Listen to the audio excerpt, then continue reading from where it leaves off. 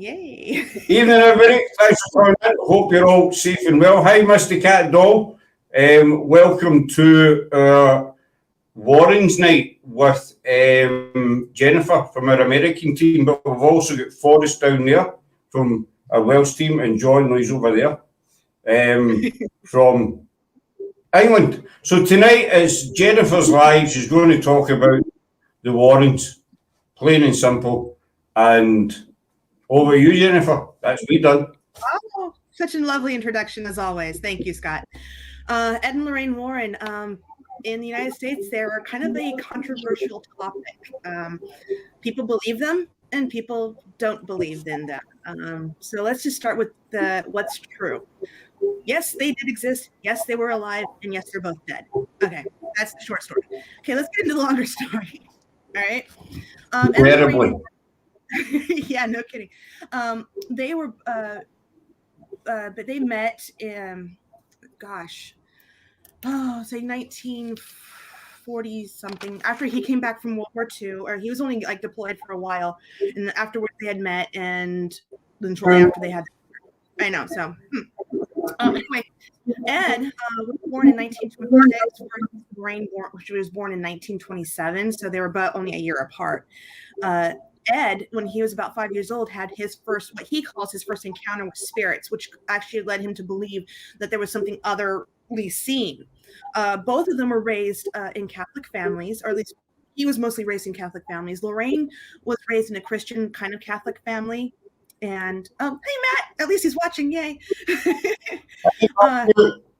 So that has to be widely known. I'm going to express upon that they were part of the Catholic Church during their time, when they're of their heyday, of their time being active. So that being said, that has to be taken into a great consideration about why they did what they did, why they're involved with what they're involved in, how come the outcomes were what they were. So I have to express that big time. Most people don't really express that as much. I mean, they do show that in the shows. They show them that they were, definitely Christian or Catholic in nature. They do hit upon it, but they don't show how much the church actually relied on them for action, for truth of whether or not it was demonic, whether or not it was spiritual, whether or not it was a ghost encounter. So that has to be my big claim right there, that it was a different time period than we have now. They founded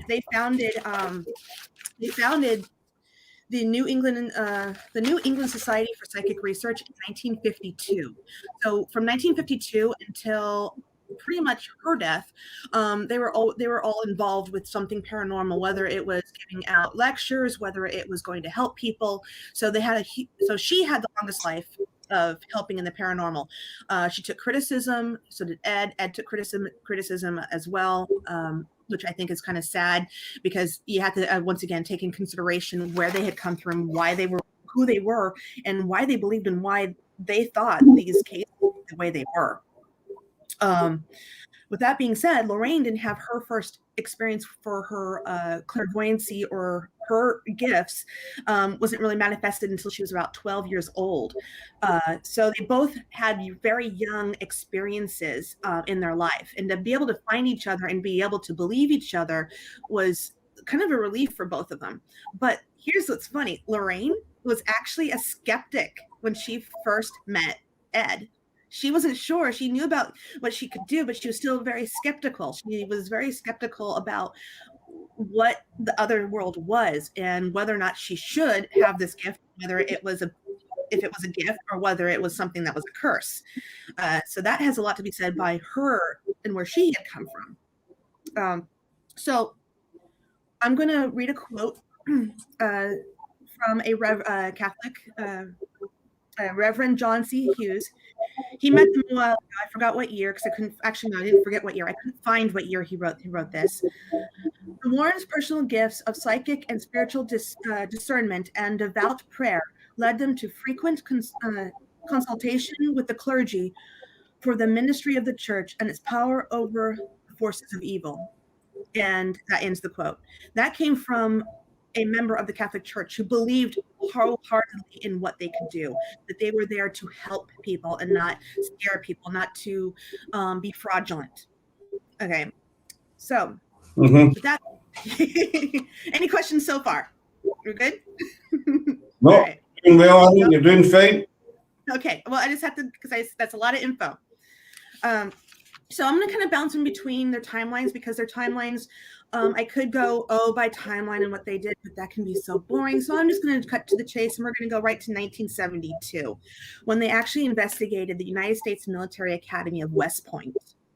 Now, they were brought in by one of the officers who, in their officer area, there was a I guess ghostly activity is what they called it. Things were going missing, bunks being overturned, and they wanted answers. And the officer who met them told them that we've already investigated. We know it's not a person. We know nobody's here because we've done our investigation.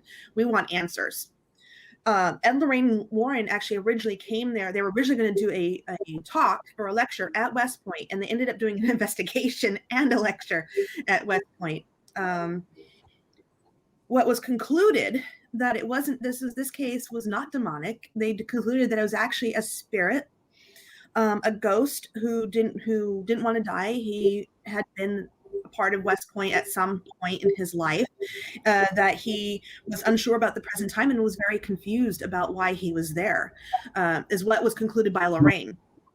Other people who have investigated West Point since never have, at least for my knowledge, have never found anything demonic there. But that was the first time that Ed and Lorraine Warren actually went there, and you can say for a fact that they did not find anything demonic. It was actually a ghostly encounter, a poltergeist activity, so to speak, without being a poltergeist. They went there to do a lecture to frown upon getting into the occult. They were hoping that because the rise of the occult during the 1960s up through the 70s, that they were hoping that by giving these lectures that they would be able to dissuade people from getting involved with the cult, dabbling in magic, dabbling in Ouija boards, dabbling in doing exorcisms on your own, that kind of stuff. So that's what they wanted to do while helping people. And they actually had a lot of residential cases that they were called to, which most people don't usually talk about, the residential cases. They went in, they actually went in debunking it first. They would find a logical explanation, find out what's causing the information, what's causing it. Is it something creaking a board? Is it the water swelling in something? They would find out all that first. Once they scientifically eliminated all of that, that's when they started going down the road of paranormal. Sound familiar? I think a lot of ghost hunters do that today, and they're the ones who pretty much coined those idealisms and thoughts into how you should investigate. And so why would those good thoughts, those good things of how to do it, turn into, they're frauds? I am completely at a loss on this. So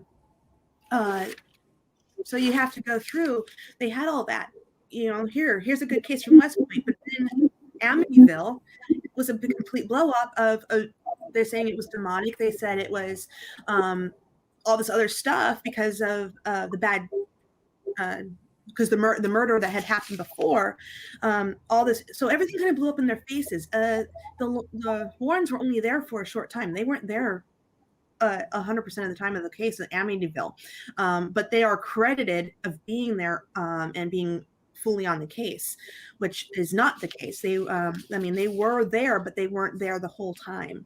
And that has happened a lot. The same with the Conjuring House or the Perron family. They were called in, but they weren't there the whole time. The Perron family, their stuff started in 1971 is when all their activities started, give or take. The Warrens came in to investigate in 1973. And they were actually, according to some accounts, mind you, this is written in newspaper articles and others, that some of the children remember their parents asking the Warrens to actually leave, to go away. Other people said, no, we actually asked them to stay. So there's conflicting evidence on what exactly happened concerning the Warrens at this time. But during the time that they were there, the Perrons, they still stayed in that house for 7 more years afterwards. So that does not get conveyed a lot, or isn't shown a lot. Obviously, in the movie, they're showing, oh, it happened in this short amount of time when it actually happened in a huge space of time. Over years.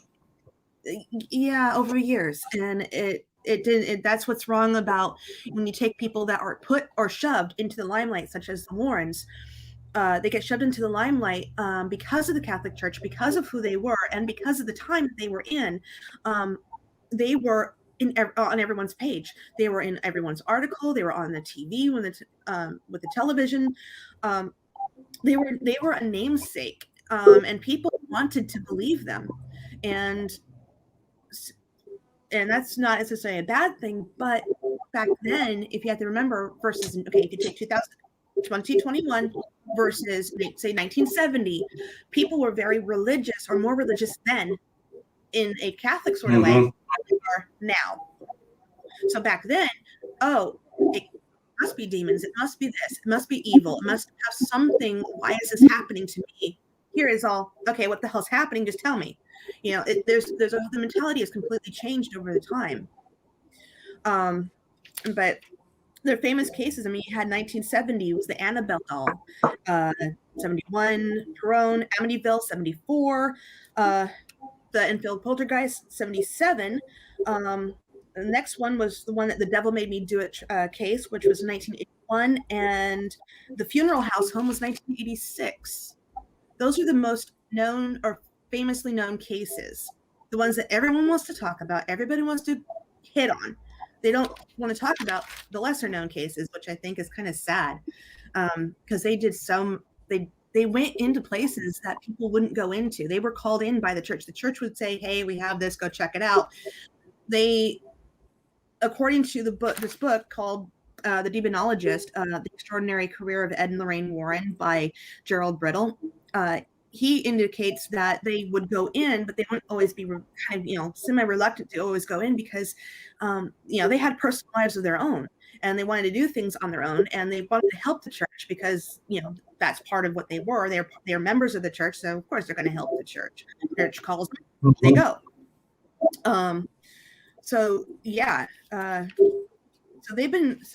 technically, I guess you could say they've been at it since 1945 when they got married.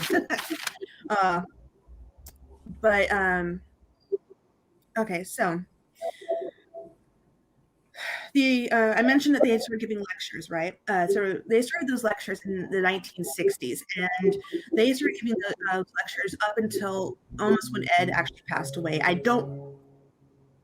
I'm pretty sure Lorraine did give what was at places, and she didn't exactly give full-length lectures, but she did continue her knowledge and stuff, including they had their occult museum of items that Ed had collected over the years from supposedly haunted cases, demon cases, and whatnot, which now is closed.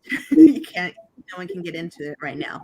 I don't know if they're going to open it up ever again, but it'd be interesting to see. I would like to see. I mean, I've seen pictures of that place, of where they came from. But if you look at all those knickknacks all over the place, that indicates they had a lot more cases than what Hollywood likes to say. Because they had all this stuff, they had more cases. They had to have. Where would it all come from? Yeah.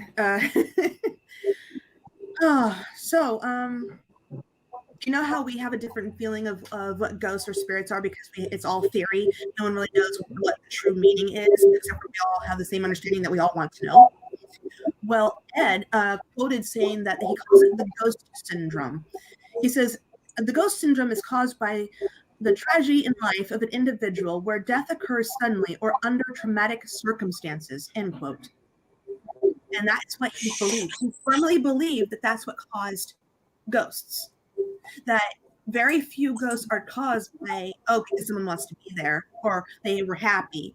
He was a believer of most of these cases came from tragic things or untimely deaths.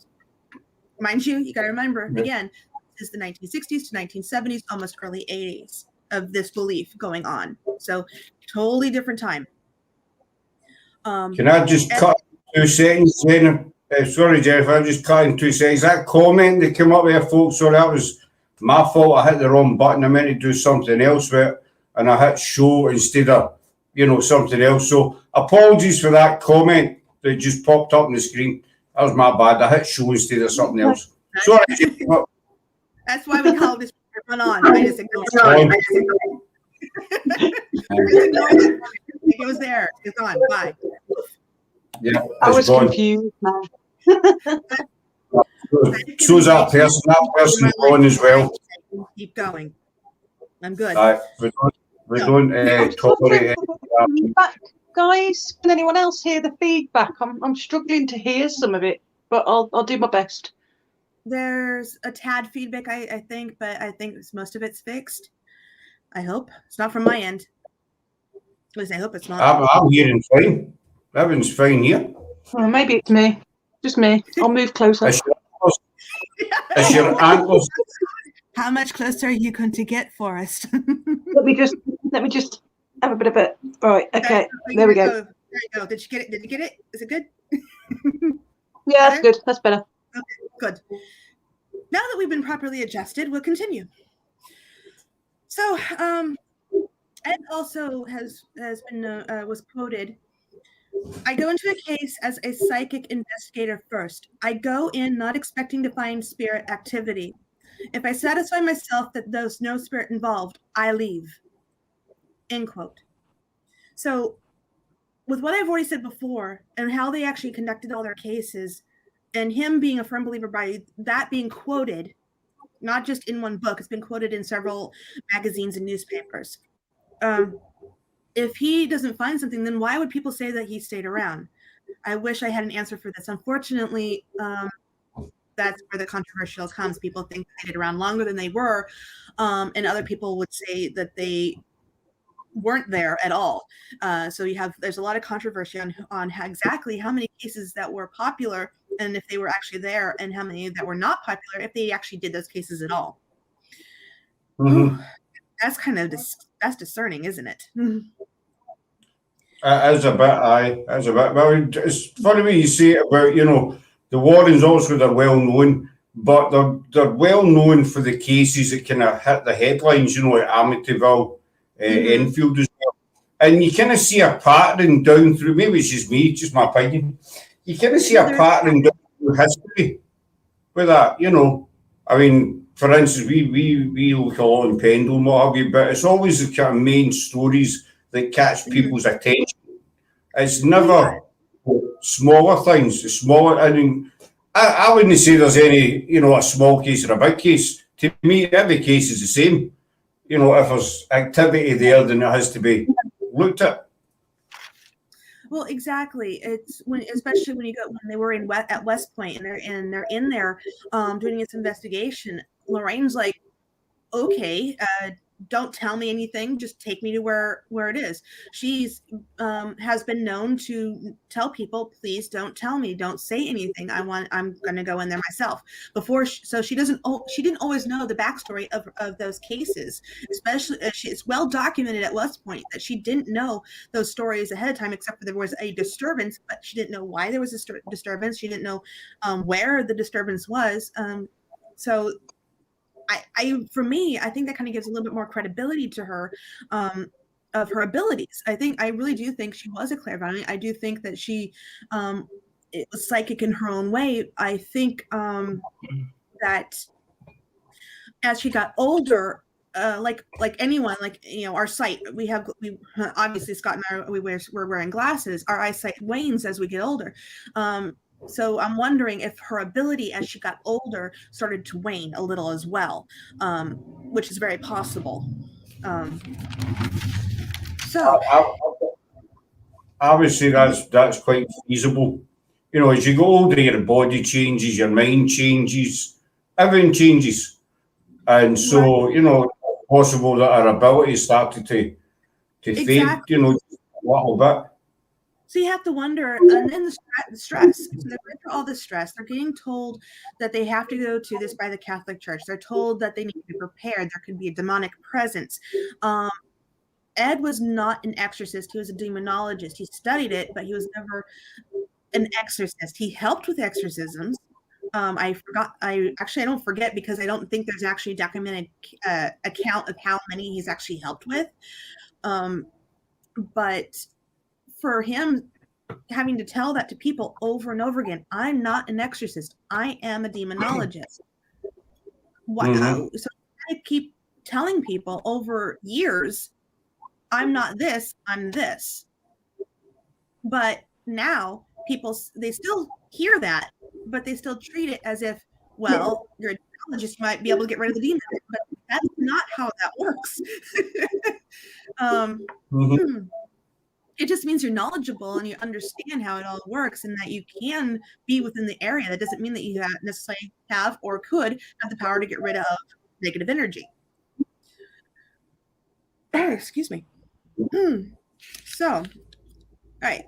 Any questions? I was going to ask about, because you touched on all of their artifacts that they had, or that are still in the museum. Now that the popularity behind the Warrens has kind of exploded with all of the Conjuring franchise, do you think we might start to hear more about those artifacts and any stories behind them? I would like to think so. It'd be kind of nice, but that's going to be up to their daughter, Judy, and their son-in-law, because they're the ones who are, actually their son-in-law is the one who actually owns the museum. Judy is supposed to be clairvoyant like her mother, but she doesn't want to be in the spotlight. I can't blame her. I cannot blame her for that. But he is the one who has actually taken the Annabelle doll out of the museum, and he has taken it to lectures and other stuff in a presumably protective carry box. So I don't have any I have theories, but I'm not going to go into those theories because my theories might be chastised, and I don't care. Do I think the Annabelle doll was possessed? I don't think it was possessed by a demon, but that's what they thought then. That's what I have to go with. They thought that that doll was possessed by a demon of that time period. Mind you, when was it? That was 1970s. So the 1970s. All right. You have the doll. Large doll, by the way. Huge, big doll. And there's documentation that the doll has done things to people. Sure. Ed and Lorraine Lauren said that they when they had the doll, they put it in the back seat. They had issues taking it home. I know that their nephew is a well-known paranormal investigator, has been. He was, I'm going to kill myself for not remembering his name. He was on the show called The Collector, I think. He's the one who went around, he went to other places also finding items and collecting them and taking them back, similar to what Ed had done. Collector. I think that might be right. John Salas. John Salas. Yes, thank you. He's related to them. He's their nephew. But he did stuff. He worked with them. That's probably where he picked up that idea of taking the items. Mind you, I don't know. I've never picked his brain before. But I would think that, if that is a possible conduit, okay, this pin is the conduit. Let's remove the pin.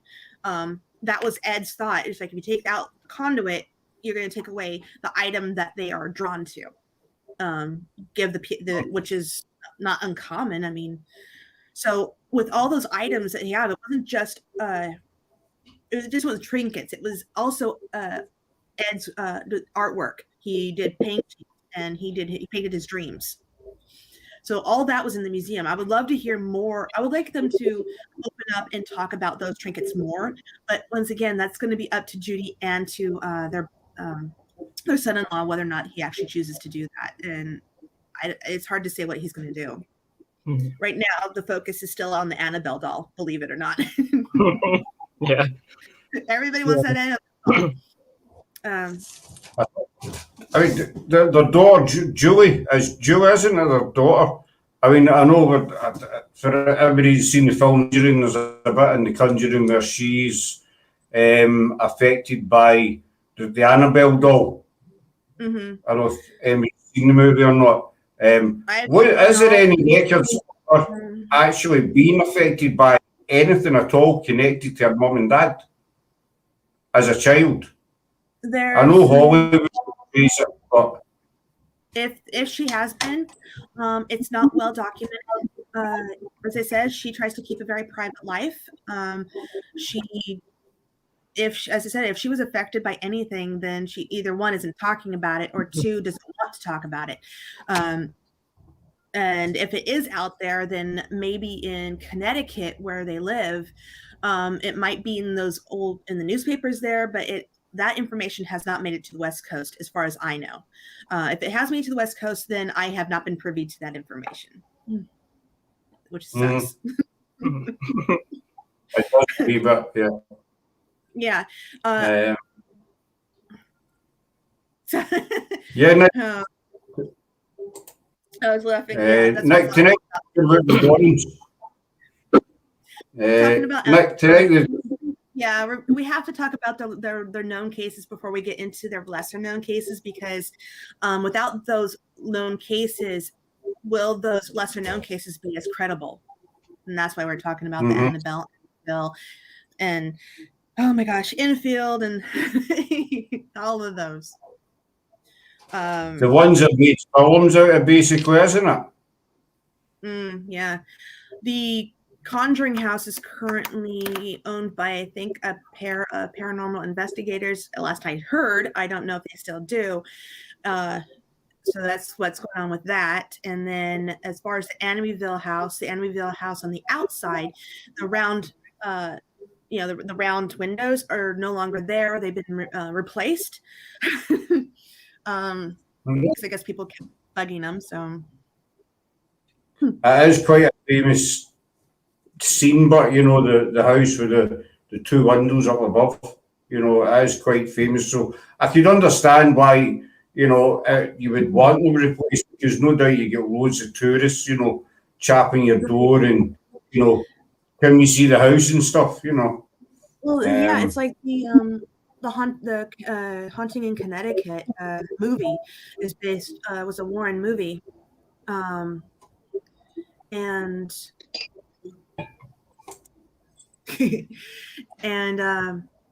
yeah, sorry, but folks. Anyway, in the movie, Ellen aren't even mentioned in that case at all, in the Haunting in Connecticut, but they have claims in that the funeral house home that they were there, that they actually investigated it. So yeah. Whew. All right, so the lesser known cases, I'm guessing no one's heard of them. No one's going to try to guess. Alcatraz, maybe? Did they ever do Alcatraz? All right, here we go. No, we're going to do this. True or false? In the movie The Nun, the character of Frenchie, is he based on an actual character? I'm going to say false. I would I'll say say true. True. Okay. True. Well, here's the answer. Yes, he was based on an actual character, an actual person named Frenchie. His name was Maurice. No, he had no involvement of a church like that. But he was called. The Warrens were called in. They called it. I guess they made a book or a movie called Satan's Harvest based on those events, and he would bleed from his eyes and his mouth, and crosses would appear all over his body. And on his back, there would be messages written in French Canadian. So he was a real person, but not to the extent of what they showed in The Conjuring or in The Nun. Right, we got a big comment from Nick coming up. Sorry, Forrest and John, I seem to have hid your faces. Okay, Nick says, he had the opportunity of meeting Lorraine Warren over the 10 years back in 2009, back when I was 16 at the Ghost Con. I'm from Chicago. So it was the only time she ever came to Chicago Ghost Con, and I'm surprised. She did talk about a lot of these cases, with the exception of Amityville and a small speech about Annabelle. Yeah, that doesn't surprise me either, because that's what people wanted to hear. you go, okay, think of this. You have all these ghost cons, you have all these paranormal conventions. People don't want to hear about the whole lesser known stuff. They want to know, oh, that one made big news. This was on TV. This was made a movie. So that makes headline news. So for her to come there, knowing full well that her audience isn't going to give a hoot about the lesser known stuff. They're going to want to hear about the Annabelle doll. They're going to want to hear about the Amityville house. So that doesn't surprise me at all that she brushed on small speeches about that. That does not surprise me. I'm glad you got to meet her. I can say that no, I did not get the honor of meeting her. I really wanted to meet her. I wanted to pick her brain very much so. Well, I think in all honesty, if I'd met them, I think I would have asked them about, Annabelle and Amityville. Being honest, I think that would be one of the first things that came into my head as well. But then that's all right. So, Lorraine had clairvoyancy. She was clairvoyant. Did that just mean that she could sense spirit and communicate with them, or did she have other skills as well? I think besides the clairvoyancy, she had that psychic connection to that world, so to speak. The clairvoyancy just helped her open up to it. She was able to. I guess she'd say she was also empathic with it. She could feel what they felt. She could sense how they died.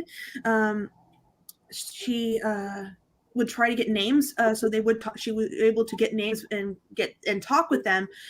So yeah, she did have many skills, but the one she's most famous for is her clairvoyancy.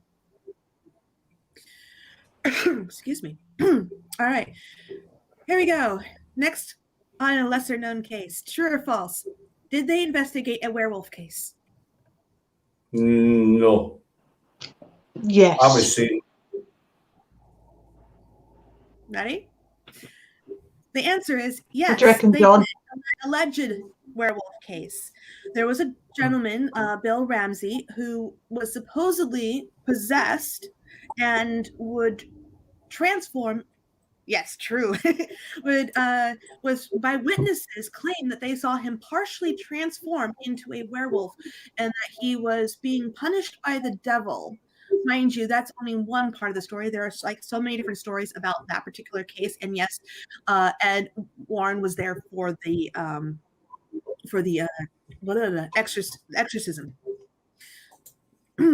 So yeah, a werewolf case that was also yeah.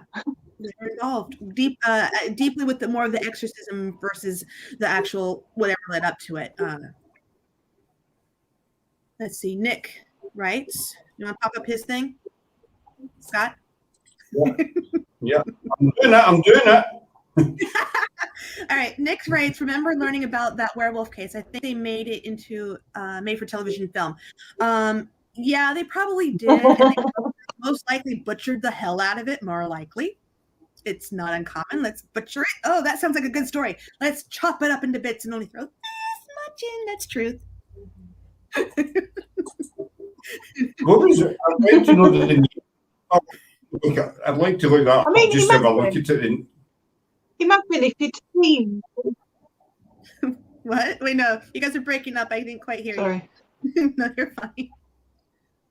What'd you say? I was going to say, imagine if you'd actually seen the guy transform partially into a werewolf.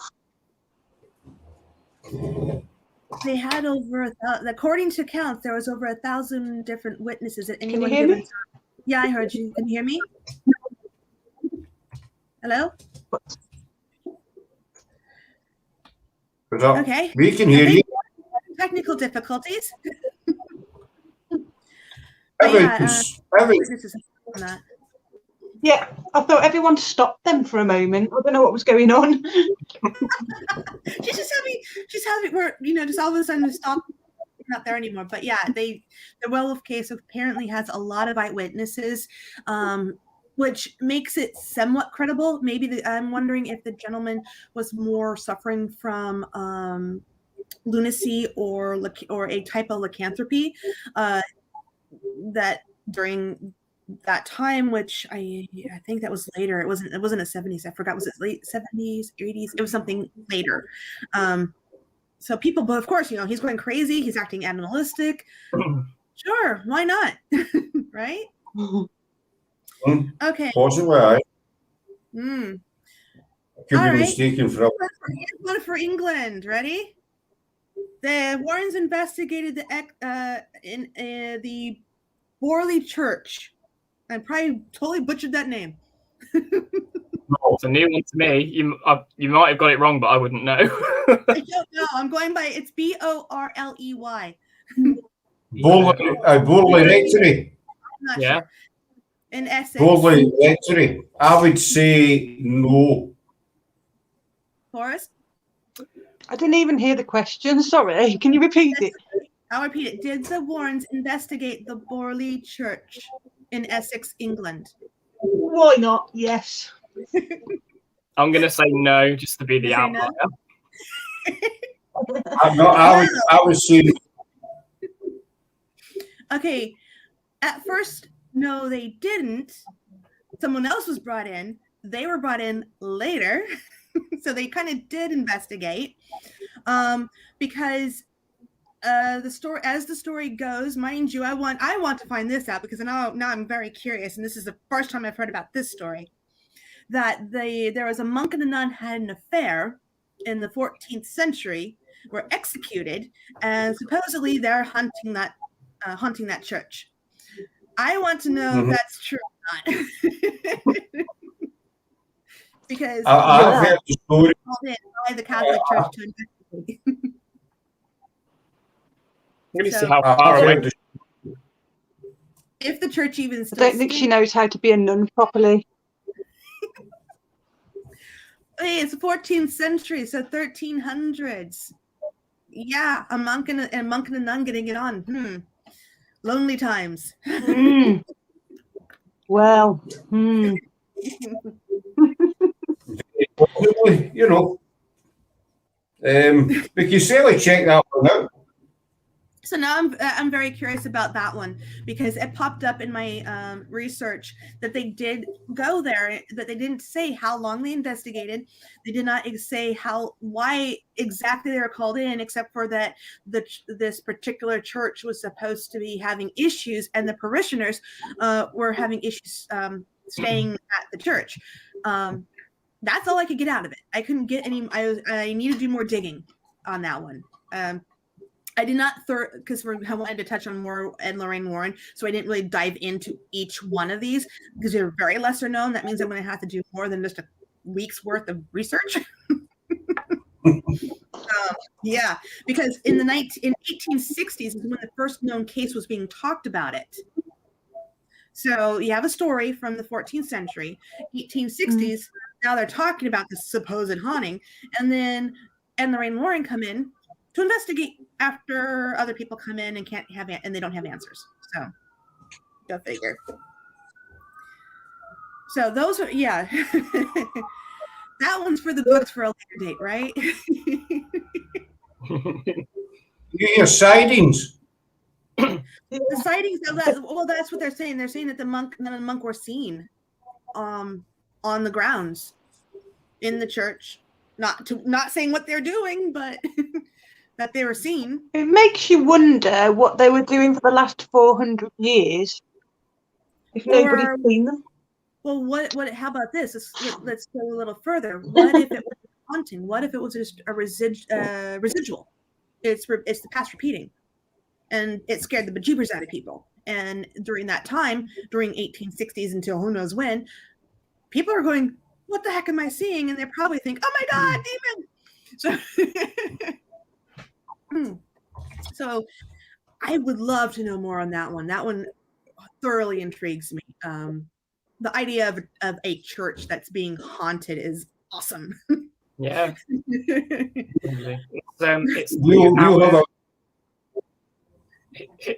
it's we'll 2 have a hours. lot. 2 hours? Yeah. Where you are? Yeah. Okay. Well, it's a little bit farther from me. Yeah. Just a wee bit. Considering we figured out on how far it is for me to get from the West Coast to the East Coast. Yeah, no. We leave that one with Jennifer. We'll check that one out. What would you want? You Yeah, should put that sounds a good. pin in that one.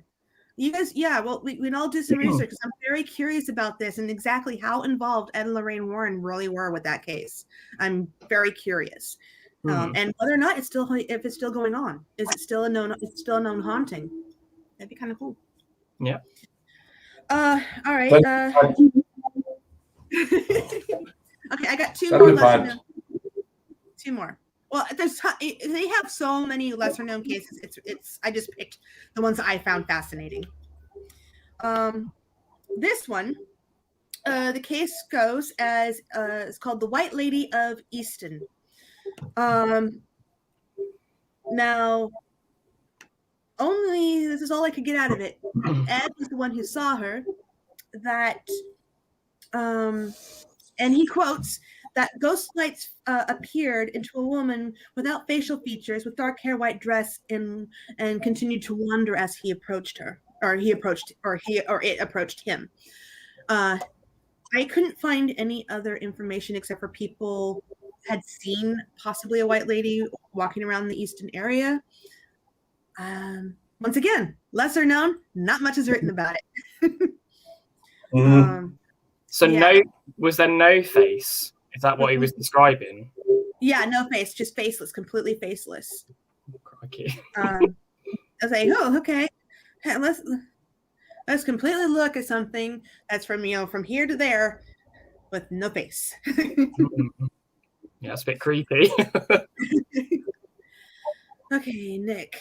Had to disappear for a few minutes because I was looking to see if I could find a link if there was a movie to that werewolf case. Turned out there wasn't a movie, though there was a book written about the case in 1991. What did I miss? What you missed was us still trying to figure out whether or not they were or will ever make a movie about it. I don't know. You can go back and rewind and watch what we talked about. Glad to you back. No, they are doing another Conjuring movie, The Devil Made Me Do It movie of where a 19-year-old kid or teenager, whatever, was possessed supposedly and has caused a lot of ruckus. So that's the next level of Conjuring stories for Hollywood. Yes, Ed and Lorraine were involved. To what extent, I don't know, because I left that one out because I didn't want to deal with it because it's going to be hitting Hollywood soon. Let Hollywood. There's a couple, but I've read a wee bit. It's Conjuring franchise. So, what do you expect? I've read a wee bit about the Conjuring 3. I want to see it, but it seems to have disappeared. It's in the process. It will eventually hit the Hollywood scene. Trust me, it hasn't left 100% yet. Right. Laws is still coming out. Laws is still coming out. It's supposed to. Nick, the werewolf did make a brief appearance in However Annabelle Comes Home. Yeah, that's when you have the whole Hollywood decide to take two stories and kind of do this, which absolutely had no bearings of being together. They didn't. They shouldn't be together. Yes, same world. No, not the same timeline. Two different timelines. I don't know why they do that. But I did enjoy Annabelle Comes Home. Actually, I did enjoy that movie for the aspects that it's a movie, and that's it. And yeah, it really would. All right. The last lesser-known case I have chosen, it was called the Donovan family. The Donovan family in the 1970s was terrorized by disturbances in their house after their daughter played with a Ouija board, claiming to have talked to a young boy.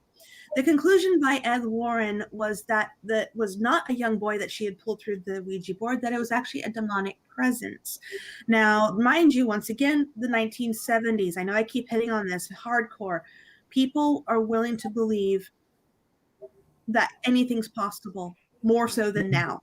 They're going to think that, okay, we don't understand Ouija boards, we don't understand possessions, we don't understand this. We're gonna call the expert. The expert at the time was Ed Warren, the demonologist. and his information was fallible. It was concrete. What he knew was backed by the church. So therefore, since he's backed by the church, his information is known. Therefore, he's credible. Would we take that case differently? Probably. It'd probably be looked at a little differently, or handled differently, if that were the case today. That they had, I guess, they had wallpaper being ripped. They had blood left in the tubs. So all this terrorization led them to believe it was a demonic presence. There was an exorcism held on the house. The disturbances did cease. I don't know for how long, but once again, these are cases. All these cases are not as well known. They aren't talked about in huge amounts. I mean, yes, the werewolf case is out there, but they're going to throw it in, just like the Maurice Frenchie was here. We're going to throw him into the movie The Conjuring, and then we're going to throw him in The Nun because it makes for a good story. You have to remember that a lot of these movies that are made from Hollywood are not based completely on these stories. I mean, they're loosely based on truth. Legends are based off of some truth somewhere. Myths are based off of a truth that was started somehow, somewhere, whatever. So with that in mind, you have to take how much you want to take in consideration that with those movies being made, it's mostly for show. If you want to know the truth about those stories, if you want to know why, how, who Ed and Lorraine Warren were, you've got to dig a little deeper. It's probably why I defend them as much as I do. I'm not saying that they're complete frauds, because some people did. And back in 1997, 2 people did claim them to be frauds. They were interviewed by the Connecticut Post. It was person Stephen and Perry, and they quoted saying, "They found the Warrens to be pleasant people, but their claims of demons and ghosts to be, at best, the tellers of meaningless ghost stories, and at worst, dangerous frauds." End quote. They go on continuing to say, "It takes work to do solid critical thinking, to actually employ your intellectual faculties and come to a conclusion that actually reflects reality. That's what scientists do every day, and that's what skeptics advocate." End quote. This was all over the newspaper at that time in 97. Stephen Perry actually had joined the society that Ed and Lorraine Warren had created. They said that they did investigate their stuff. They investigated their trinkets. They investigated their stories. And their conclusion, mind you, this is their opinion, and they're welcome to their opinion, that Ed and Lorraine Warren were frauds, and they were not what they claimed to be. But they also they called it blarney, of all things. It's in the newspaper. They said it's pure blarney. They think they concluded that majority, if not all, cases were invented. End quote. Invented, yes. I'm not going to throw them under the bus, because they are people, just like Ed and Lorraine Warren are people. We're all people. We all go. We're investigating. We're trying to find seekers of truth.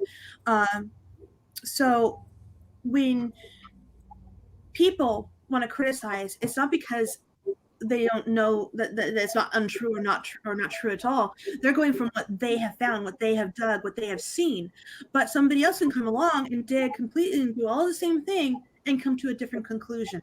That no, in fact, they actually weren't frauds. They actually did help people. They helped all these other people. So that's where it's so controversial here in the United States that Ed and Lorraine Warren, either fraudulent and cons, or they actually were helping and they did help people. And that's why I'm going to bring it one more time. It was a different time period, and people keep forgetting that. It was a whole different time period when they started doing these investigations, when they were helping people, what people believed. And a lot of people that they helped were Christian or Catholic at the time. They didn't help a lot of people that were not part of the church.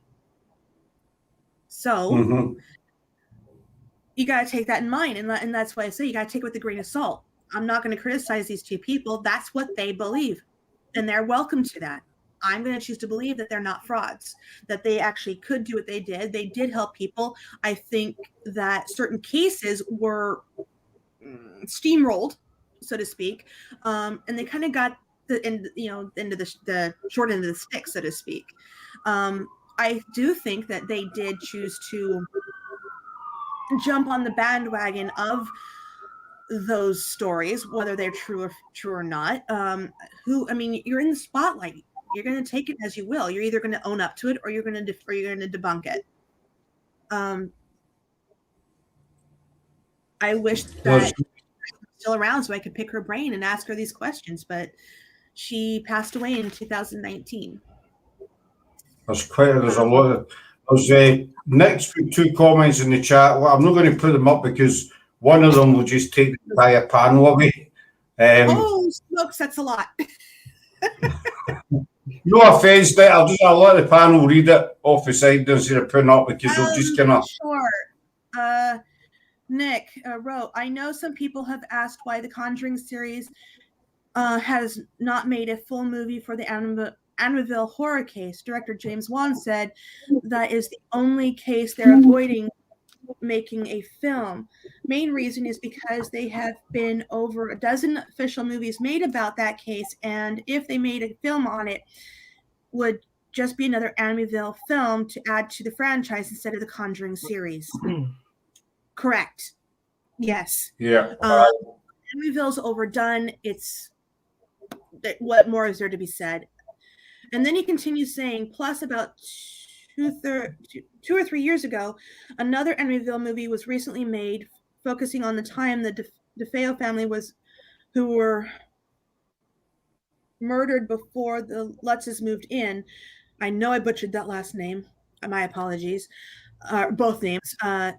New film is called The Amityville Murders. Yes, there is. There's actually several documentation movies made on those murders, so it wouldn't be the first time anyone's made a movie based on the murders that happened prior to the Lutzes moving in. Those murders were horrible. It was all over the newspapers. The guy was nuts. He went crazy. So did that negative energy stick around for a short time? Who knows? They have the Lutzes saying that it was fraudulent, then we have the Lutzes later saying it wasn't fraudulent. So I don't think we're ever going to know the 100% true story because there's too many conflicting stories based off the Amityville house.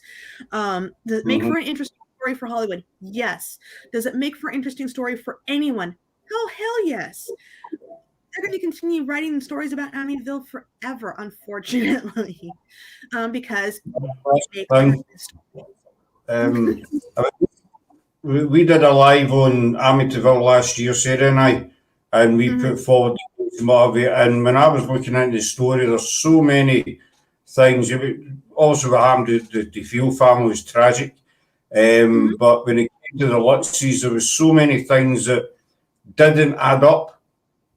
I thought, just bits and pieces. Exactly. I looked at the history of the house prior to the DeFeos and then after the Lutzes, and it was totally different. But next time we saying about the Amityville, the film, I'll start again. He's right what he's saying about the Conjuring series, the Amityville, because Amityville has been done over and over. And if you look, maybe, like in Amazon Prime, there's so many films with the name Amityville in them. The Amityville Murder. The New Beginning, Amityville this, Amityville. It's always something about that house. And of course, they make it like it's this big, overdone, scary house. Well done, Hollywood. Well done. They managed to turn things around. Ralph from Hey, Ralph. Says back in the 90s, investigators were not accepted as now.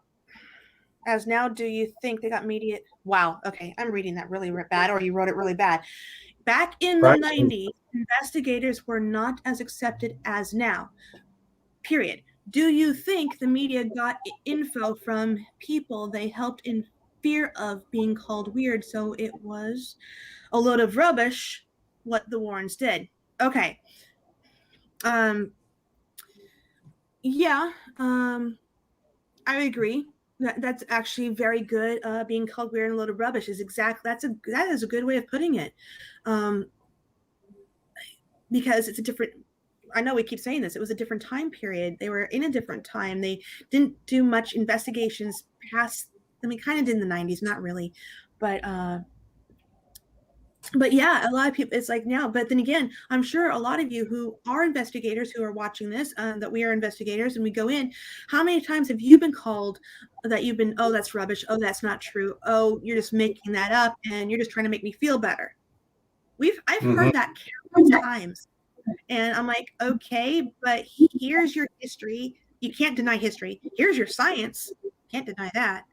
But people who are firm in their belief system are hard to change their minds. That is the one. Yeah. So, and it doesn't matter what you tell them or what you show. I mean, no offence to them, you know, they're set in their beliefs, etc. And as you said earlier on, Jennifer, everybody's entitled to their own opinions, views, beliefs, etc. But it doesn't matter. You could show them, you know, a concrete piece of evidence, but they'll still try and say that's no real, that's rubbish. right. They'll still try and debunk it. They'll try whatever they can to debunk it, but it's just the way they think. It's the way they've been brought up. Yeah, exactly. It's how they're brought up. It's how so you have these two people that were brought together that had a very similar idea or idealisms with the church, with their belief system. Ed being most of the believer, Lorraine eventually becomes a believer, and they end up working together. Did they help a lot of people? I would like to believe that they did. That they actually helped a lot of people. Did a lot of people think they weren't helpful? Sure. If it's not being solved and it's not going away, you're going to think that those people who just came into your house didn't help solve anything. Of course, you're going to believe that they didn't help at all.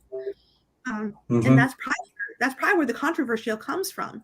So if it hadn't gone away, if they had come in and that entity, that disruptum, that whatever has happened isn't taken care of, or it goes away for a short time and then comes back, they're not going to blame the entity anymore. They're not going to blame the spirit, whatever. They're going to blame the person who came into the house to help them. Fact, unfortunately. You know, it's like everything in life, you know, I mean, total different comparison to your subject, but if you've got a leaky pipe and a plumber comes in to fix it and he fixes it and 2 days later it starts leaking again, you're not going to blame the pipe, you're going to blame the plumber. Correct. Exactly. You're not, yourself. Oh, you accidentally hit the pipe on accident, but no, it's not your fault. It's not the pipe's fault. It's the plumber's fault. Fortunately, within the paranormal field, it happens a lot. I've been on a case where we went in to help somebody. We were helping them. They didn't want to hear anything but what they wanted to hear, and we weren't going to give them what they wanted to hear. We wanted to tell them the truth, but they wanted to hear the one thing: it's demonic. They wanted to hear that it's negative. And we, at that time, like, no, we cannot do that. And they ended up going with somebody else. Those people gave them exactly what they wanted. They all, that's totally wrong. So we've never been called in to help anybody, you know, yet. It might happen in the future, who knows? But if you're going to house, say, right, to me, the word demonic, it gets used too much. Just my opinion. You know, it's a demon, it's demonic. Well, yeah, you know, which is why I'm kind of ending it on this, or going this route with this, because we know we've talked about it before in other lives that the word demonic actually was coined from the Catholic Church, the Christian Church, that it was from ancient Greece or Greek, the daemon. And the daemon was neither good nor bad. It was just however it chose to be. And then later it kind of morphed into the word, demon, which is more, I'm not saying it's an invention. I'll never say that. It's just how things are depicted over time. And when things get depicted over time, things change. Same with angels. Not all angels are nice. So you got to think of it that way. Yeah. But I So mean, you have to be honest. You have to be, you just get back to what you were saying about getting into somebody's house. You can't go into somebody's house and say, right, you've got a demon, and then leave. When you know damn fine well they don't. Because you're going to, they're going to be sitting there bricking it thinking we've got a demon. And, Shelley has a question. um,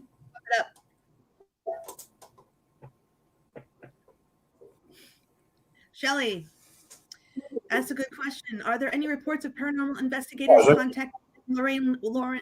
Yes, there are many people who did after, not so much after Ed passed, but after Lorraine passed. Yes, there were a plethora of investigators trying to reach them afterwards. Did any of them succeed? I don't know. I didn't ask. But they did. That's quite common with famous people and what have you. I mean, I'm again totally different kind of field. I'm a big Elvis fan, and after Elvis passed, there was all these people who claimed they'd contacted Elvis. And you talk about a day or two after he passed. I've contacted Elvis. He's fine. He's still walking about Graceland.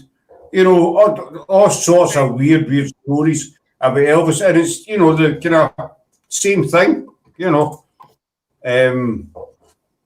Next got a question about things like Baggins is who makes it as demons so common when in fact they aren't. As far as I know, demons, demonic possession is very rare, is it not? I believe them to be rare. They shouldn't. Okay, ask this riddle to yourself. Why would a demon take the time to cause such a disturbance just to be known to be on TV? I don't think anything would. I don't see why. No. What do you think, John?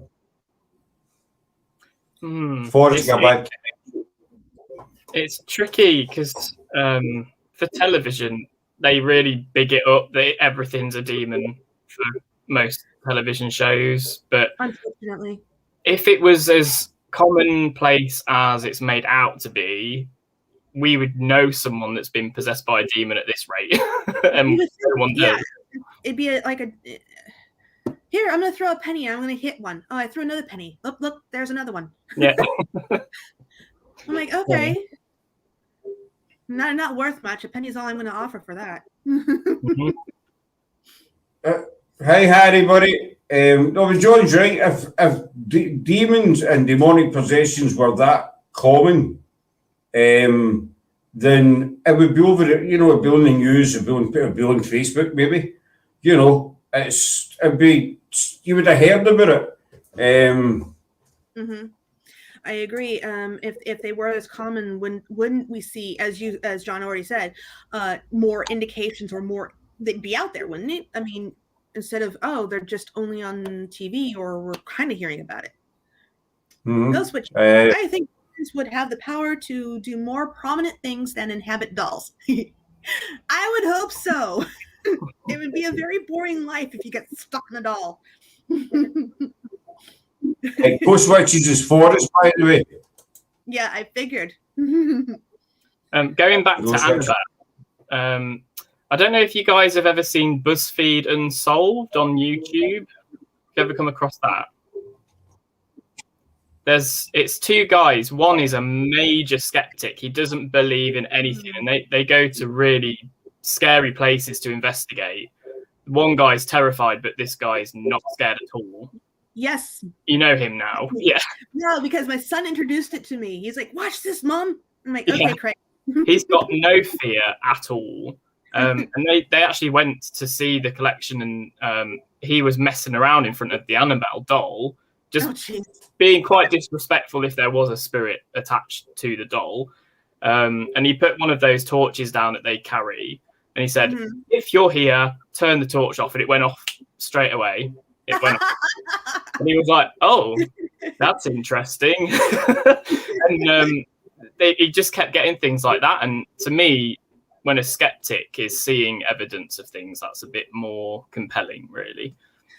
Yeah, I think there might be something attached to it, but demonic, I don't think so.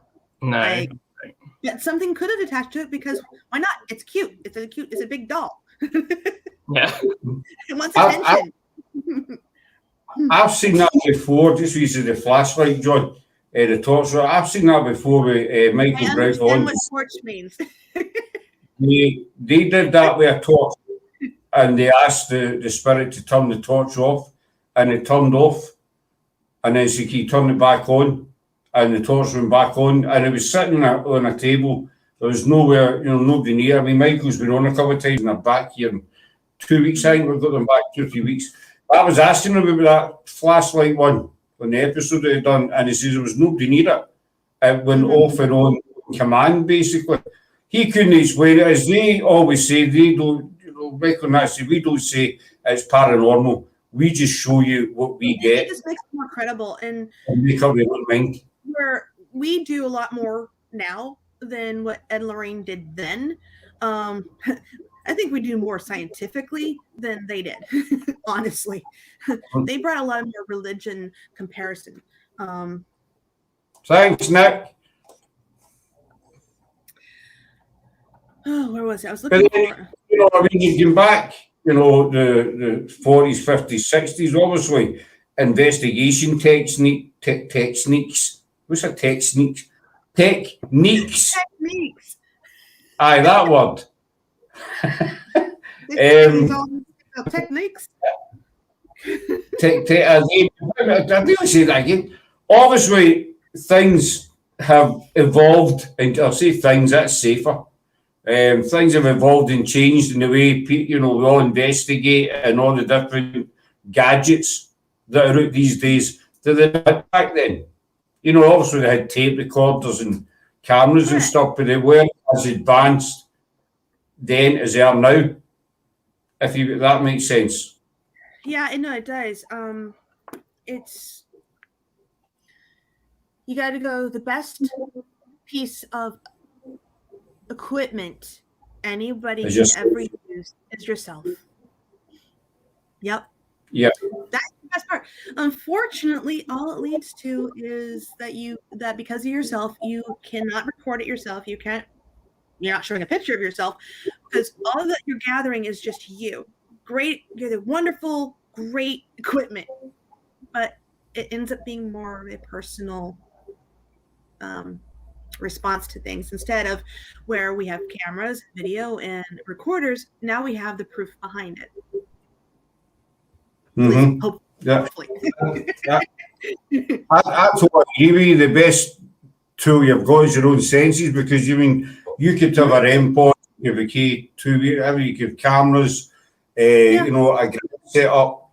Unfortunately, we cannot use it as proof. But they don't pick up the feeling you get if you think there's somebody beside you or behind you. They can't they can't show that that particular feeling. Yeah. I mean, it's happened to me several times on places I've gone, or it's helping doing a tour, and we were in a room, and they're setting up all the people that we're giving tours to, because they're letting them do their own ghost whatever, and I just decided I'm not going to be over there. Something I decided, because I felt something kind of push on me, and kind of like the whole feeling of I don't want you over here. So I kind of backed away, and everyone's all, it's like, what's wrong? Why is she come over here? I thought she was going to stay over there. And then their lights start going off, all their REM pods start going off, and they ask the question going, did you tell her to go away? And then the REM pod just goes off and won't go off. It won't stop. It just on and on and on and on and on. And they're like, holy crap. I'm like, you felt that? I'm like, yeah. Why? You didn't believe me? But, who are they going to believe? They need to see it for themselves.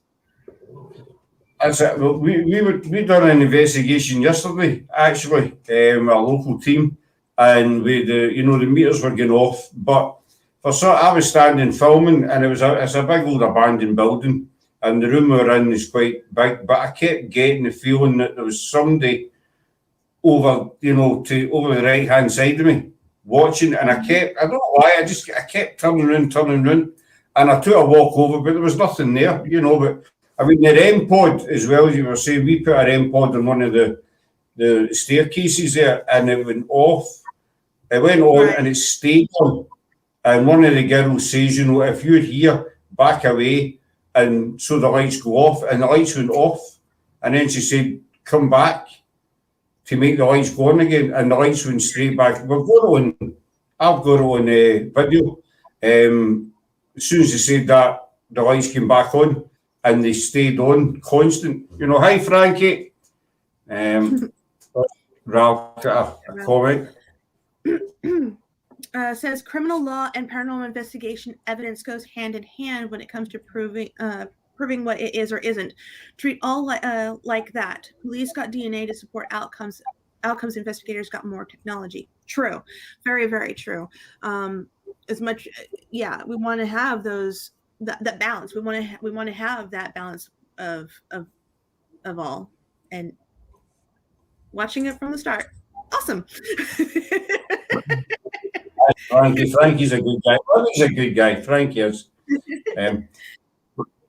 What's your view on all the gadgets, John? What do you think of them? I love them. I think it's good when you get a feeling and you've got a sense that something's there, or you felt something happen, and then a piece of technology confirms that something's going on. I had that recently in Wales on an investigation. And there was footsteps coming around this dining table towards me. The sideboard behind me banged, and my COVID mask got tugged. And I was sitting there, and I was like, okay. But then all of the K2s on the table lit up as well at the same time. And I thought, okay, so what I was feeling and experiencing is kind of backed up by the tech, which was quite useful. That is actually awesome to have that backup. Definitely. What's your favorite piece of equipment that you like to use besides yourself?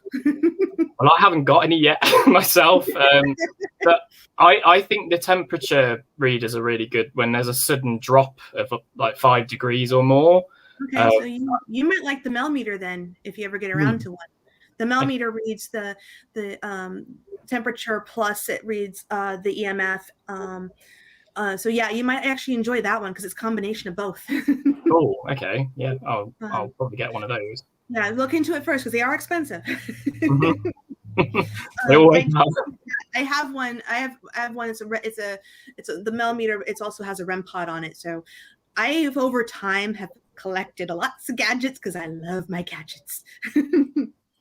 But I would say my favorite gadget.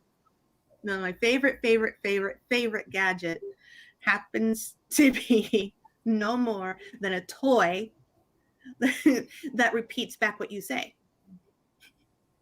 That's my favorite one. Because I'll put it in a room, and I'll test it. Okay, and I'll say hi, and when it goes back and forth, it goes off and on, and it has a very squeaky voice when it repeats whatever you say. Okay, I'll deal with that.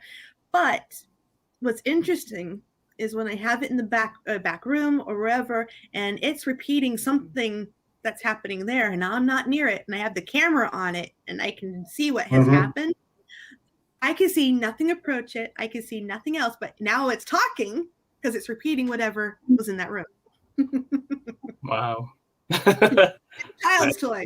Yeah. My favourite is, I know a lot of people try and debunk all the gadgets and the apps and stuff. My favourite is the simple grid pen. You know, it's just a simple light, and you shine it against the wall and see, you know, if anything breaks the light, you know. But another thing I like, and it happened yesterday, in fact, is when someone tells you they've heard something. I mean, this building, we've done this building 2 or 3 times, and on every occasion we have heard what sounds like shuffling footsteps in the same spot in this building. Yesterday I went with this other team, and all I told this team before we went in was, we've heard noises in here, you know, some up there, some up. I didn't tell anybody what the noises were. We wanted this team to do an independent investigation with it, so they did. And one of the girls turned around and said, I've just heard shuffling footsteps, 2 shuffling footsteps. And I says, well, where did you hear them? She says, just round there. And as the exact same spot as we have heard them every time we've been in that building.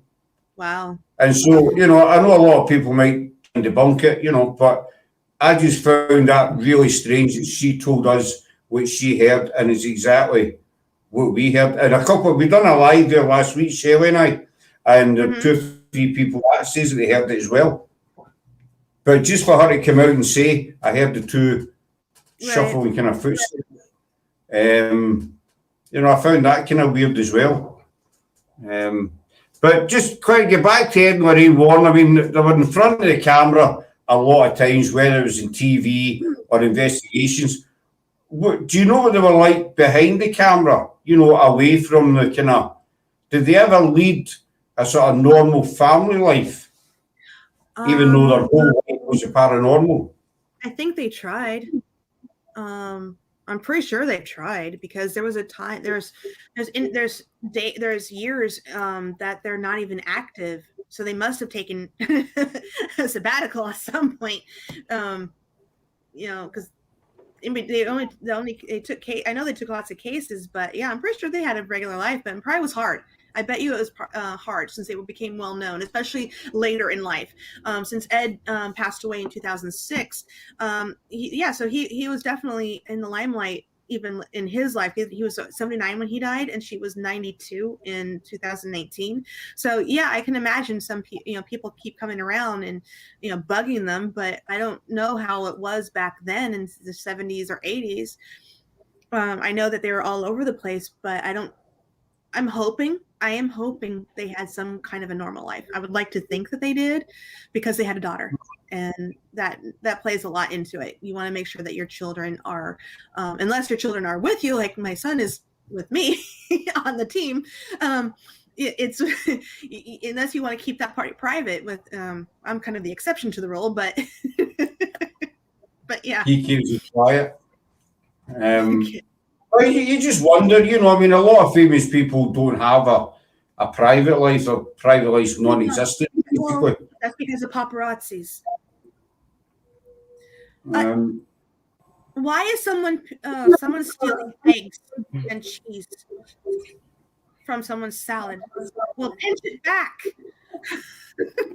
Pinch my eggs and some cheese off my salad. He won't look at me. Make them take it back.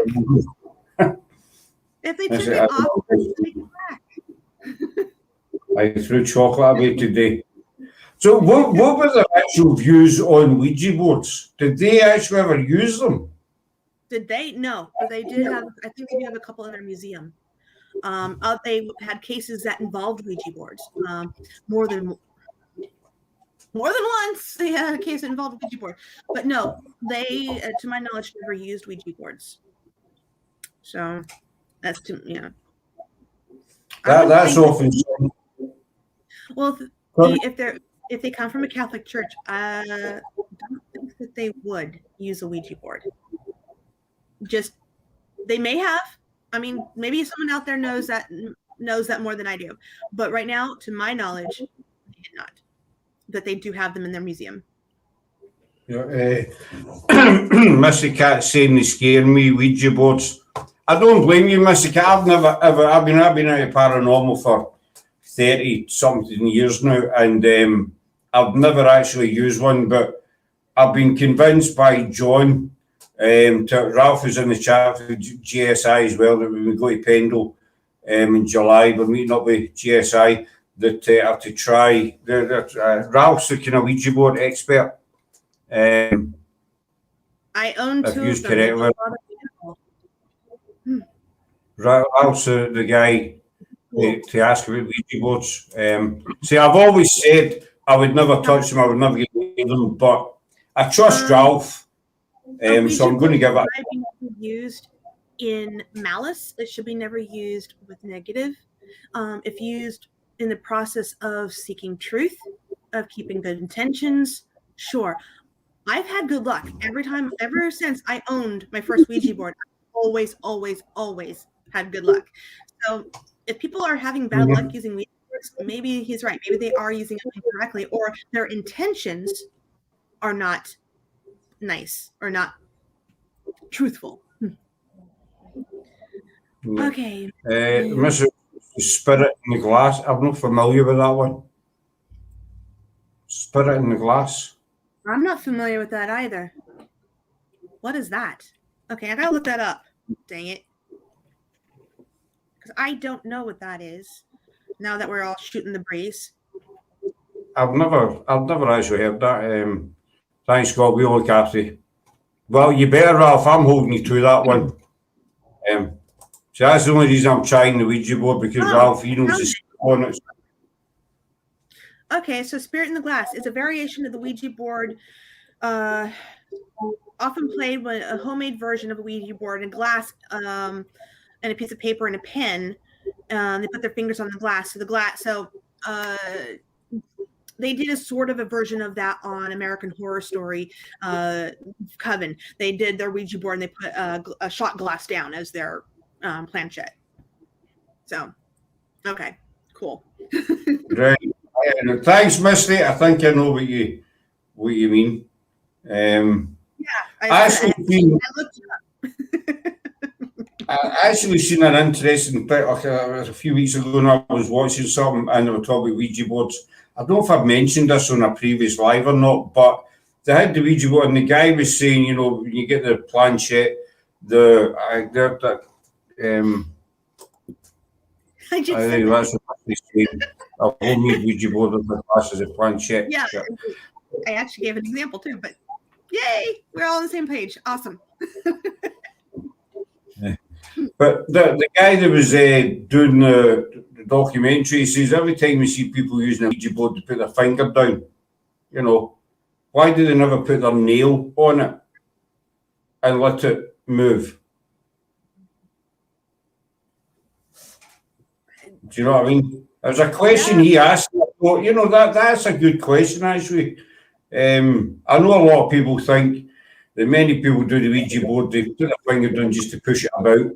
You know, that's what a lot of people do. What's it called? The Didymer effect. It's called, I'm going to spell it wrong. Didymer. Damn it.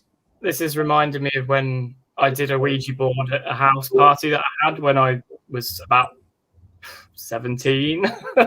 My mum had gone away, so obviously had a house party like you do, and everyone did a Ouija board. And then the next day, I was washing up and I put a glass upside down on the counter, and it moved. And what I didn't realise was I'd put it on top of water that was on the counter, so it floated across the water. I've never ran so fast in my life. To my perspective, I just put this glass down, it went across the side, and I was like, what the hell? Yeah, it's bringing back memories. Yeah, that happened to me, fun enough, but all the way back as a teenager. Well, no, I was 17, 18, I was in a pub with one of my friends, and we were sitting at a table, and a round wooden table. And also back then you could smoke in the pub, so the old metal ashtrays, and there was one sitting on the table, and this ashtray was slowly moving across the table, and I was sitting looking at it, you know, casually, kind of trying to look at it. And my mate, I says to my mate, he says, "Are you watching?" And he was watching it as well. This ashtray kind of moved, just kind of, and then we discovered the table was slightly wet. And it was actually floating on me. But we're sitting watching this ashtray move, and we're thinking, you know, do we tell people? Do we just sit and watch it? You know, and then we thought, table's wet, you know. There's Ralph. A natural way of putting fingers on something. It has been done on a board investigations to try and improve if boards worked or not. Yeah, it did work, by the way, although energy wasn't strong. Thanks, Ralph. It was a program I was watching, the guy asked that question. I thought, you know, I've never heard that asked before. Why do you use your fingernails? So I was curious, but there's Ralph answering. So thanks for that, buddy. I think I can trust you with the Ouija board stuff now, so we're all good to give it a go when we get to Pendle. Everyone's all, see, Ouija boards are just as bad. See, we're talking about Ouija boards just like everyone's talking about Amityville horror with the Warrens. So kind of goes with tit for tat there. And you got Hollywood in the mix as well, with Amityville and then Ouija boards. I mean, to me, exactly. Hollywood's got a lot to do with.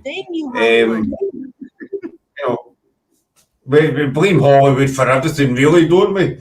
But when you think you got these films about Ouija boards, and it's always, no offence, it's always American teenagers having a party. Unfortunately, it's a lot of teenagers on the East Coast. I don't know. And they've always got the red cups. There's a question. Here's a question, Jennifer. Right, totally paranormal related. This has often baffled me. All these American movies where you see kids in the house having a party, they've all got red cups. You ever noticed that? They get red plastic cups. Doesn't matter what film you watch or what set they could be in either side of America. They don't get the same cup. There must be some kind of red cup store in America that's massive. Red Solo cups. They're sold everywhere. I noticed. They come in usually 2 or 3 sizes. They come in massive quantity, and there's even a song about them, about the Red Solo cup. As you see in every film, have you got the beer? Have you got this? Aye, but if you get the red cups, get the red cups, Because majority of cups, if you go and look at any of our grocery stores around here, majority of them are the red Solo or the clear or the white. Very, very few have the multicolored cups, but the red cups are mass quantity. That's why you find them everywhere. And they're the cheaper ones. Cheap, easy. I'm sorry to say, but I guess Americans like cheap. And only sold to teenagers whose mum and dads are going out of town for the weekend. I guess that's not entirely true. Depends on where you live. When I was going to high school, there was quite a few that, our mom and dad are out, and they did have parties. And yes, they had Red Solo cups, and they brought in all kinds of crap that they probably shouldn't have. It's just a totally unrelated question there, you talk about parties. It's every film I've always wondered, why the hell is it always a red cup? You never see them drinking out a pint glass or anything, It's always these wee daft cups, Just a thought, But I think we'll wind it up on that note. Aye, there it said the infamous red. About, right? That's it, aye. That's it there. They come in different. They look different. Anyway, there's your red herring. There's Ralph. I just started reading one of the ones, but I'm only 10 pages in. They seem very scientific in their choice of tools. Is that right? So bows would not be a choice of tools to use. They were very scientific. I don't know what book you're reading, but the one I stated, this one, is very good. It talks about their known cases, their lesser known cases, and how they approach stuff scientifically and otherwise, including religiously. Their tools, I'm pretty sure, as you said, there would not be their choice of tools to make the Ouija board. Their choice of tools would be the recorder of the time, or or cameras, or video cameras. Yep, that's the one. It's a good book. This is a very, very good book. There. She's reading the same book. Yes, he just said that's the one. Good stuff. It is good stuff because it paints Ed and Lorraine in a different light that's seen on TV. It paints them in a light that shows them that they are human, they are people, they make mistakes that they even don't always know what they're going into. Exactly. It's. I think that's a common thing that people think anybody's into the paranormal or some kind of weirdos or you know, some of that. I mean, GSI, John, Ralph, we were talking about this in the last live, was it, Ralph? We're talking about, you know, all the kind of funny things that happen behind camera, in front of the camera, Bobby, but they're just normal people, you know. They are. And it blew up. And you know what? There are a lot of people that are, I'm not sure how they treated it, but apparently she wasn't against being in front of the camera because she did allow herself to have a cameo in The Conjuring. Lorraine did. She's sitting in the audience when the two people that are portraying them are giving a lecture. Lorraine is actually sitting in the audience. So she was on set when they did all this stuff. So yeah, she was consulted, which is smart. But once again, Hollywood's still going to do it. They're going to do their own thing, aren't they? They're going to do their own thing. But I think we'll wind it up there, folks. That's an hour and a half. So, you know, thank you very much, John. Thank you for joining us.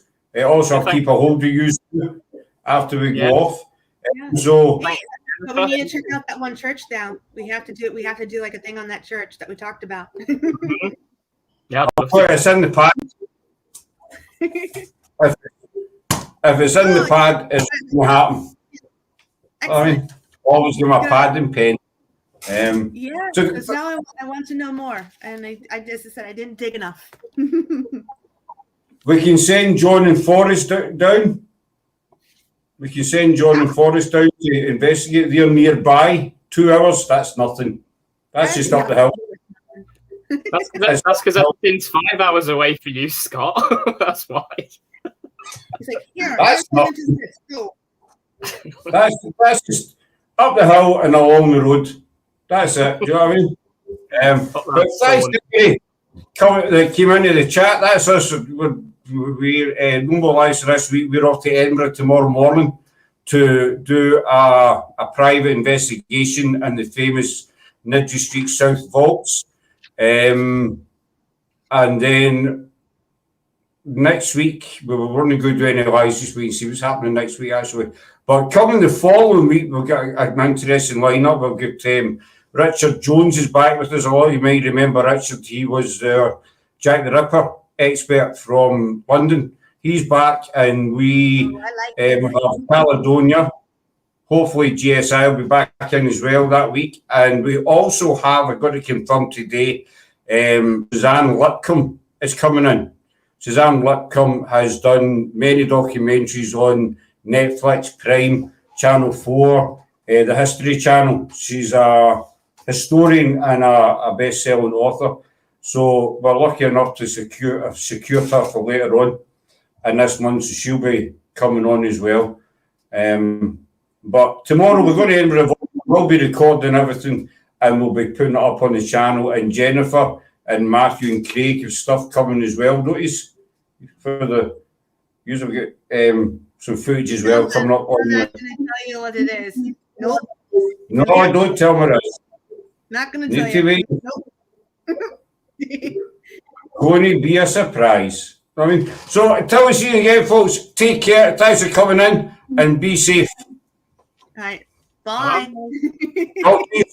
Bye.